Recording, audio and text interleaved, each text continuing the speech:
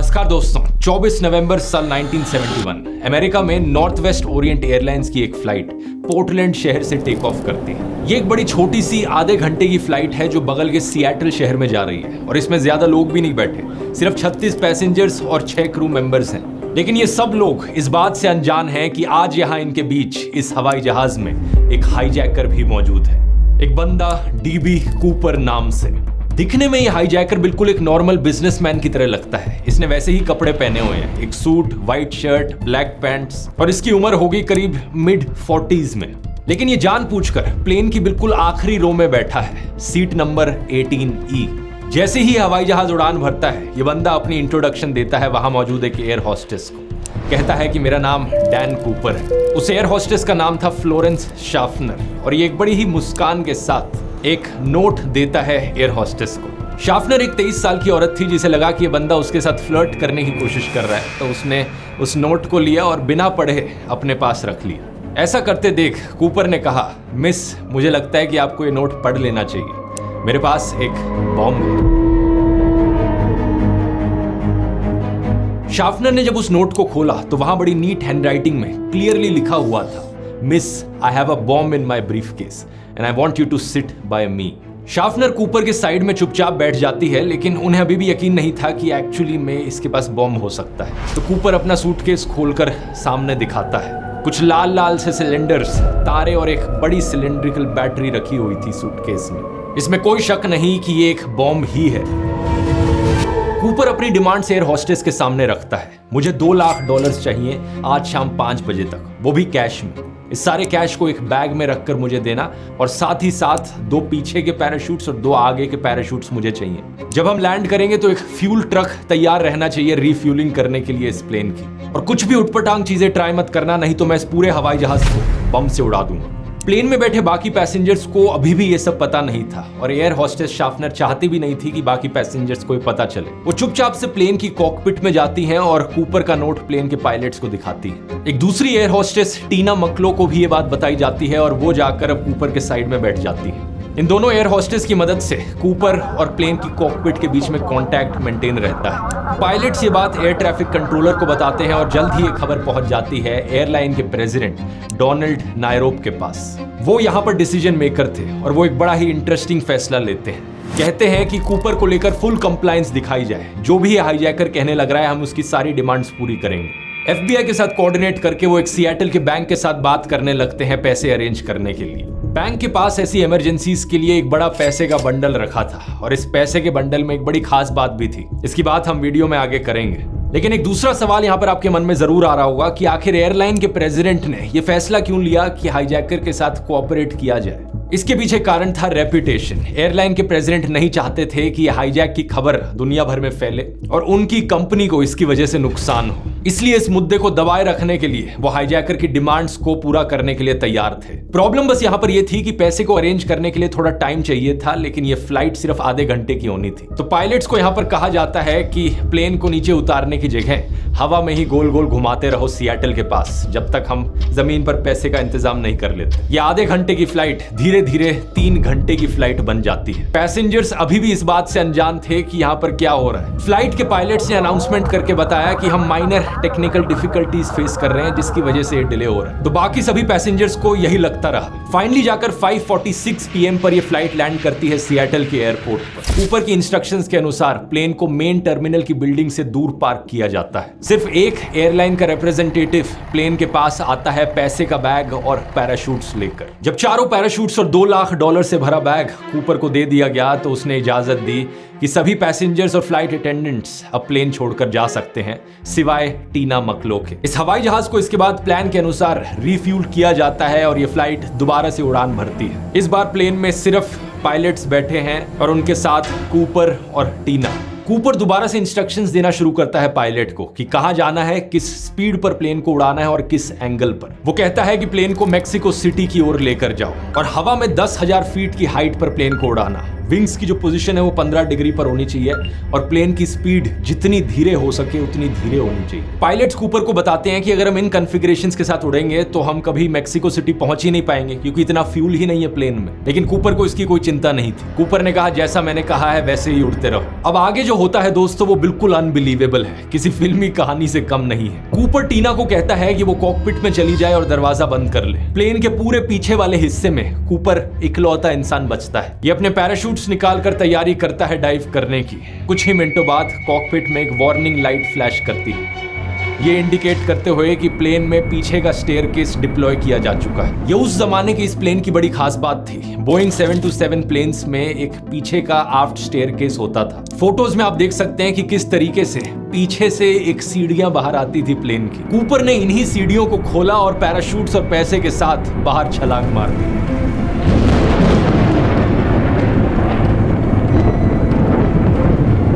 Pilots और air hostess ने ऐसा होते हुए तो देखा नहीं क्योंकि वो कॉकपिट में बंद थे और उस जमाने में कॉकपिट के दरवाजे पर कोई होल नहीं होता था जिससे आप बाहर की तरफ देख सको। लेकिन शाम के 8:13 पर पायलट्स ने ये जरूर नोटिस किया कि प्लेन के पीछे वाला हिस्सा अचानक से ऊपर की तरफ टिल्ट कर गया और पायलट्स को प्लेन को दोबारा से रिकैलिब्रेट करना पड़ा, रीलेवल करना पड़ा। इसके बाद पायलट्स इस प्लेन को नेवाडा में रेनो के शहर में ले जाकर लैंड करा देते हैं। पुलिस को इन्फॉर्म किया जाता है और पुलिस प्लेन की छानबीन करती है, लेकिन कूपर का कोई नामो निशान नहीं मिलता। पुलिस को सिर्फ मिलती है एक टाई जिस पर क्लिप लगी हुई थी और कुछ पैराशूट्स के फटे हुए हिस्से जिसको कूपर ने इस्तेमाल किया था अपने पैसे के बैग को कवर करने के लिए। इसके अलावा कुछ पर्सनल आइटम्स भी मिलते हैं कूपर के, जैसे कि सिगरेट्स जो वो स्मोक कर रहा था प्लेन में। उस जमाने में स्मोकिंग अलाउड होती थी एरोप्लेन्स में। This is D.B. Cooper's ticket in the name of Dan Cooper. He needed a way to secure the money on his bag. Investigators और गहराई से सब चीजें जांचते हैं यहाँ पर और उन्हें 66 अनआइडेंटिफाइड फिंगरप्रिंट्स मिलते हैं। ऐसी उंगलियों के निशान जो ना तो किसी क्रू मेंबर के थे और ना ही किसी बाकी पैसेंजर के थे। लेकिन वो सूटकेस जिसमें बॉम्ब रखा था और पैसे का बैग और पैराशूट्स सब गायब थे कूपर की तरह। उसी दिन से FBI ने अपनी इन्वेस्टिगेशन शुरू कर दी थी कूपर को ढूंढने के लिए, लेकिन कूपर का कोई नामो निशान नहीं मिलता। ये इन्वेस्टिगेशन 45 सालों तक चलती है। 2016 में इसे ऑफिशियली खत्म किया जाता है, लेकिन बहुत से सवालों के जवाब अधूरे पड़े हैं। आज तक के इतिहास का ये इकलौता ऐसा हाईजैक है जिसे कोई भी सॉल्व नहीं कर पाया है। FBI की one of the greatest mysteries. आखिर कूपर कौन था, उसके साथ आगे क्या हुआ, क्या वो पैसे पुलिस कभी वापस रिकवर कर पाई? सवाल बहुत सारे हैं, आइए समझने की कोशिश करते हैं।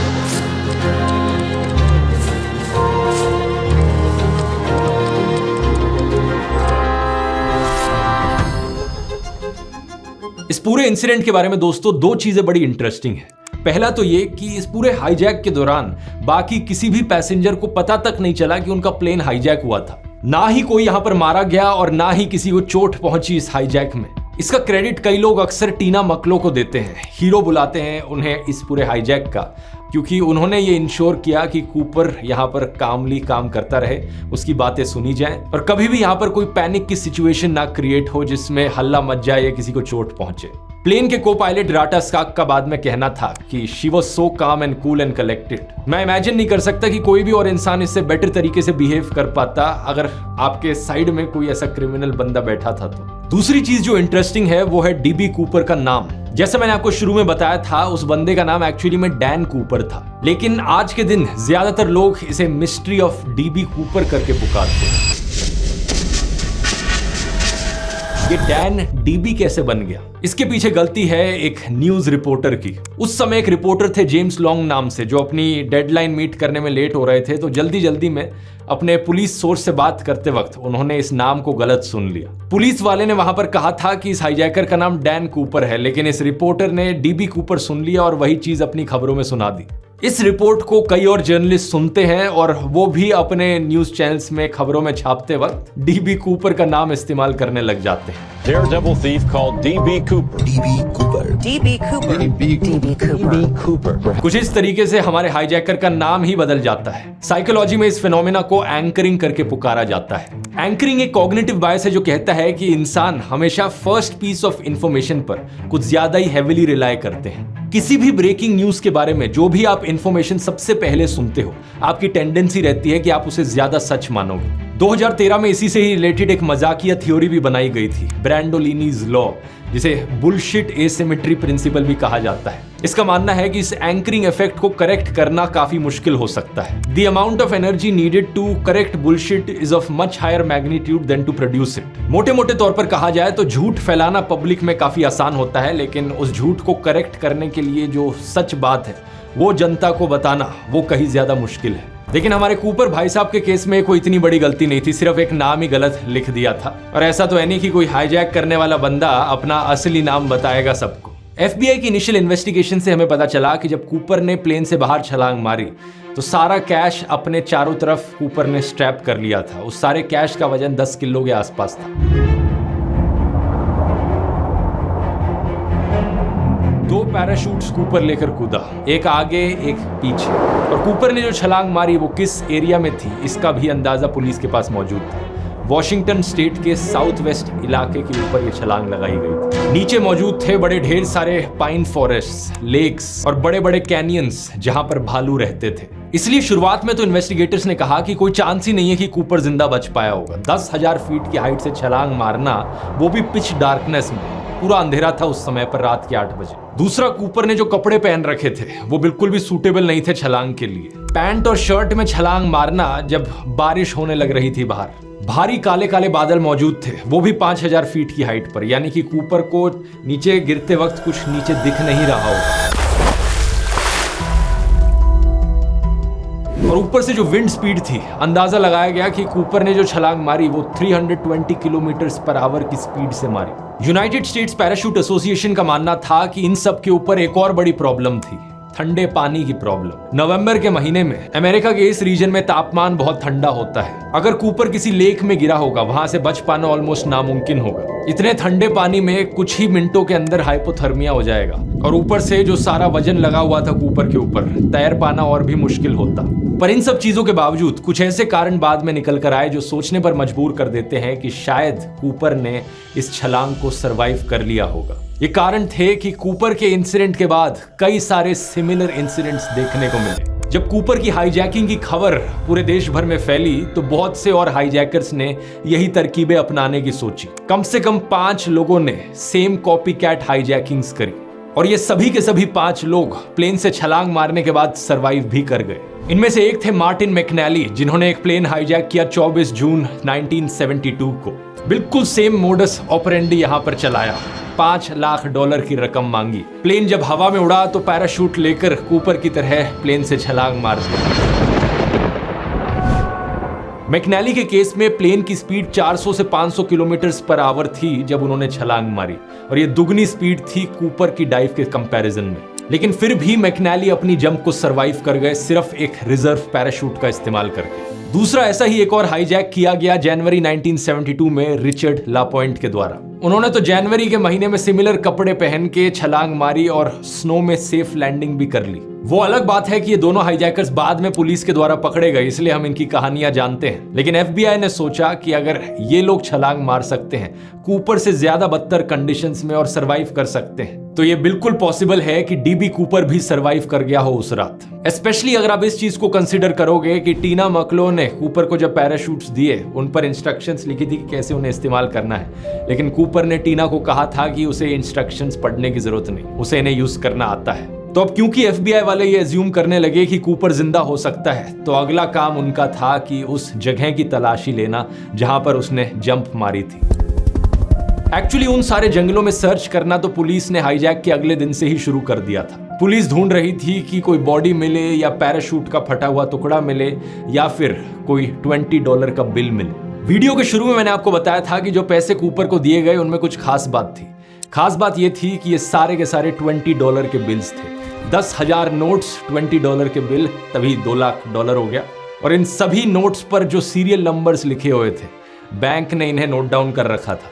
FBI ने इन सीरियल नंबर्स की लिस्ट को देश में बांट दिया। बैंकों से लेकर कसिनोज तक सबको कहा गया कि अगर आपके पास इन सीरियल नंबर के नोट्स आते हैं तो हमें इन्फॉर्म करना। लेकिन इन्वेस्टिगेटर्स के लिए कूपर को ढूंढना बड़ा मुश्किल हो रहा था, क्योंकि सर्च एरिया एग्जैक्टली कहां पर ड्रॉ किया जाए। बहुत सारे वेरिएबल्स थे यहाँ पर। प्लेन जब उस दिन उड़ रहा था तो विंड स्पीड क्या थी, इतना अंधेरा था, एग्जैक्ट लोकेशन क्या थी प्लेन की जब कूपर ने छलांग मारी, छलांग मारने के बाद किस हाइट पर कूपर ने अपना पैराशूट खोला होगा और किन किन डायरेक्शंस में वो पैराशूट जा सकता होगा। इन्वेस्टिगेटर्स का बेस्ट एस्टिमेट था कि वो कहीं ना कहीं वॉशिंगटन स्टेट में लेक मर्विन के पास लैंड किया होगा। FBI ने फिर एक प्रैक्टिकल एक्सपेरिमेंट भी किया।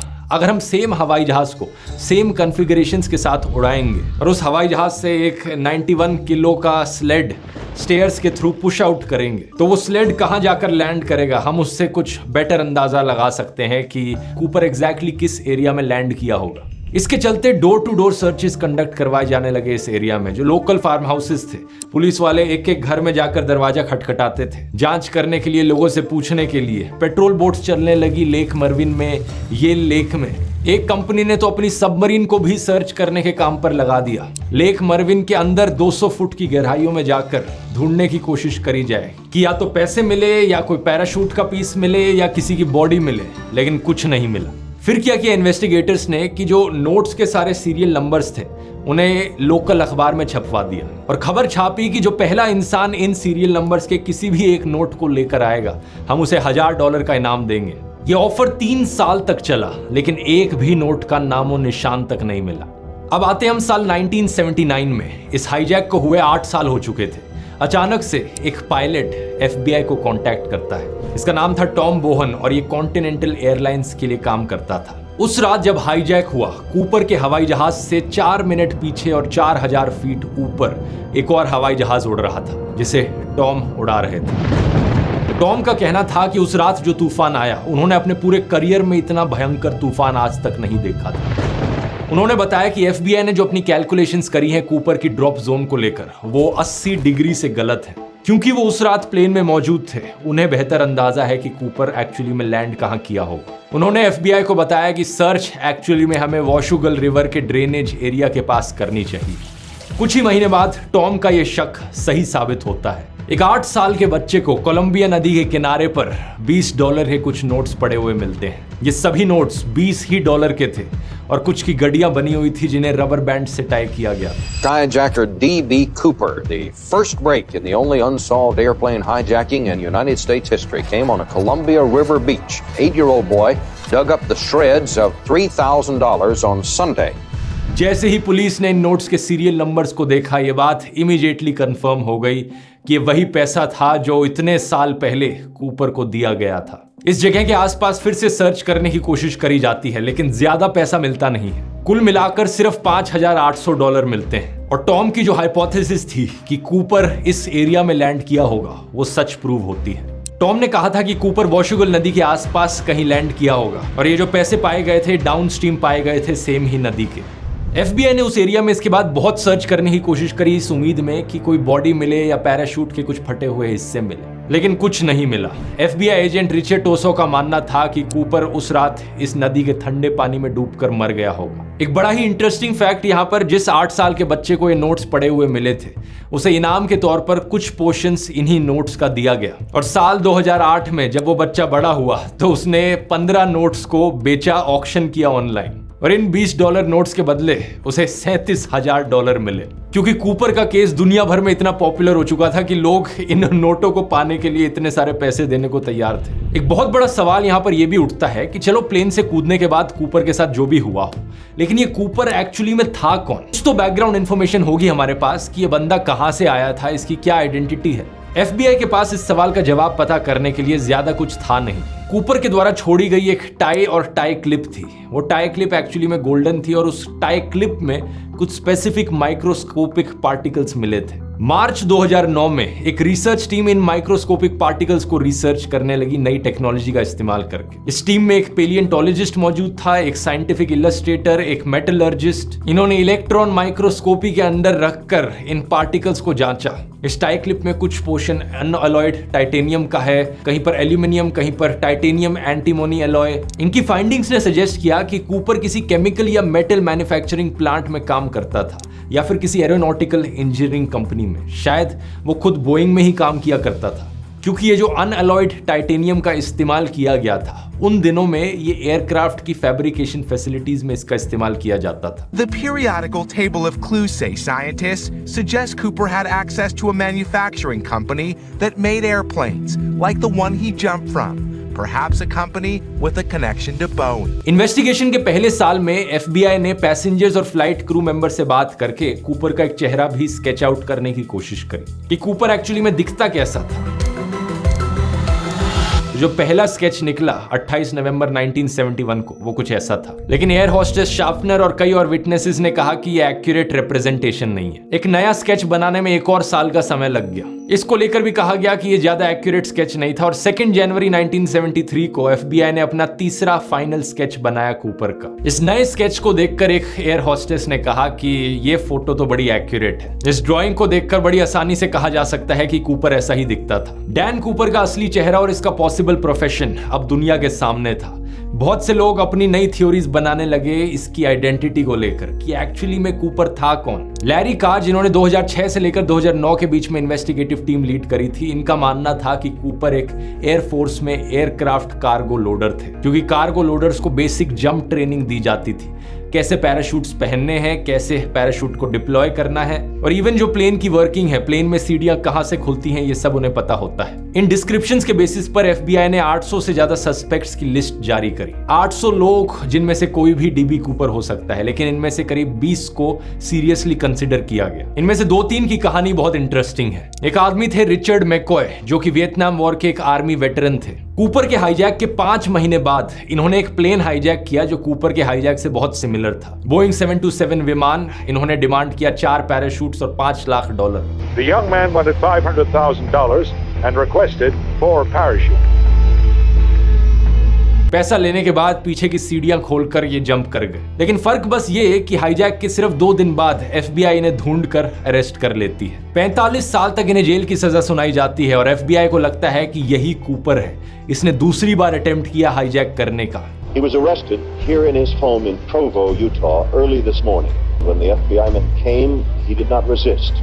1991 में किताब भी पब्लिश होती है, dB Cooper the real McCoy. इसे फॉर्मर एफबीआई एजेंट रसल कलामे के द्वारा लिखा गया था। इस किताब में लिखा गया कि मैककॉय के परिवार को जब वो टाई और टाई क्लिप दिखाए गए जो कूपर के थे, तो उन्होंने कहा कि हाँ, ये मैककॉय के थे। लेकिन मैककॉय से जब खुद पूछा गया कि क्या वो डीबी कूपर था, तो उसने मना कर दिया कि वो ना तो इस बात को एडमिट करेगा ना डिनाई करेगा। जेल में 2 साल बिताने के बाद मैककॉय एक जेल ब्रेक अटेम्प्ट करता है, जिसमें एक शूट आउट होता है और उसे मार दिया जाता है। ये सब सुनकर आपको लगेगा कि ये तो हो गई मिस्ट्री सॉल्व, लेकिन हमारी कहानी में यहाँ पर ट्विस्ट बाकी है। एफबीआई आज के दिन ऑफिशियली मैककॉय को डीबी कूपर नहीं कंसीडर करता। इसके पीछे 2 बड़े कारण हैं।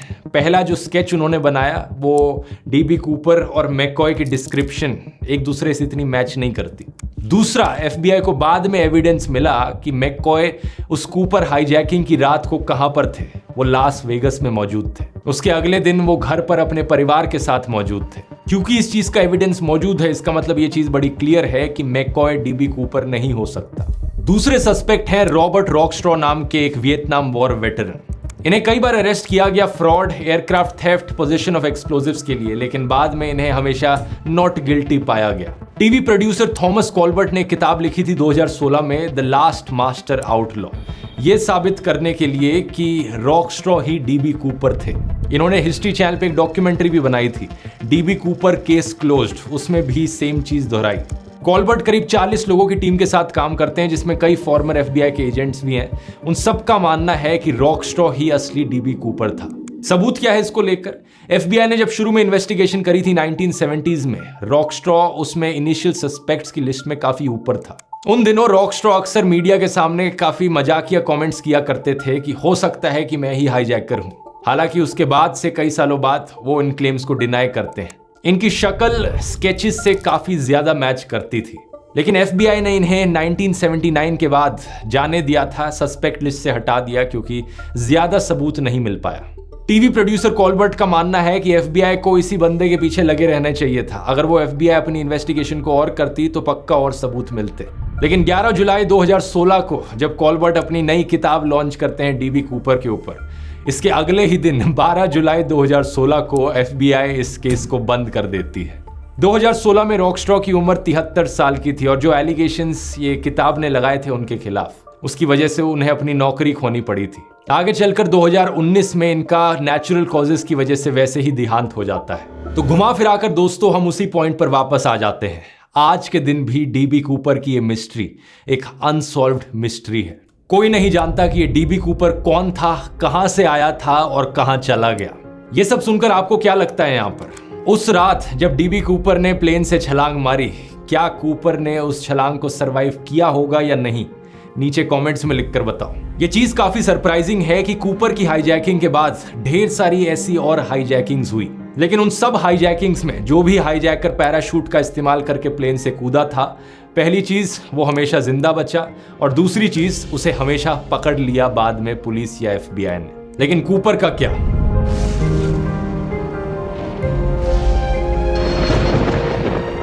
ये वीडियो पसंद आया तो ऐसी ही मिस्ट्रीज पर मैंने ढेर सारे वीडियोस बनाए हैं। एक पूरी प्लेलिस्ट मौजूद है मिस्ट्री वीडियोस की, यहां क्लिक करके आप उस प्लेलिस्ट को देख सकते हैं, या फिर आप देख सकते हैं मोनालिसा की मिस्ट्री, यहां क्लिक करके। बहुत बहुत धन्यवाद।